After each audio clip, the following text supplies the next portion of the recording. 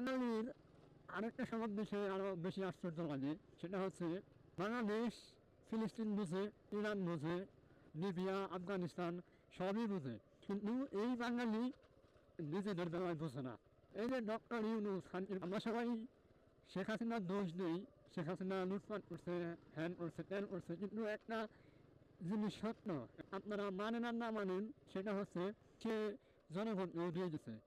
তারা শুধু একা খায় নাই, পাশাপাশি জনগণকেও খাওয়াইছে। এই বিষয়ে কেউ দ্বিমত পোষণ করতে পারবে না। ডক্টর ইউনূস কী করছে? খালি খাইয়েই গেছে, এই শুধু লুটপাট করেই গেছে। বিভিন্ন উপদেষ্টাদের নামে এবং কেউ 4,000 কোটি টাকার দুর্নীতি করছে। আপনাদের আসিফ নজরুল ভুইয়া, ওই তো 12,000 কোটি টাকা নাকি 11,000 কোটি টাকা 4টা দেশে পাচার করছে। মানে এই লোকটা এসে শুধু দুর্নীতি করে গেছে, কিন্তু জনগণকে কী দিয়ে গেছে? নির্বাচনের 12 তারিখে নির্বাচন হলো, এই ডক্টর ইউনূস 9 তারিখে একটা বাংলাদেশ বিরোধী চুক্তি করে গেছে আমেরিকার সাথে। কী দরকার ছিল এইসবের? অথচ এদেরকে বাংলাদেশের মানুষ মানে কত মাথায় তুলে রাখে।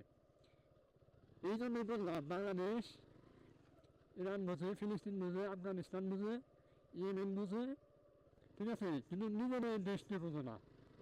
এটা কিন্তু চিরন্তন সত্য কথা। এখন এগুলো শুনে অনেকে বলবে যে আমি আওয়ামী লীগের দালাল।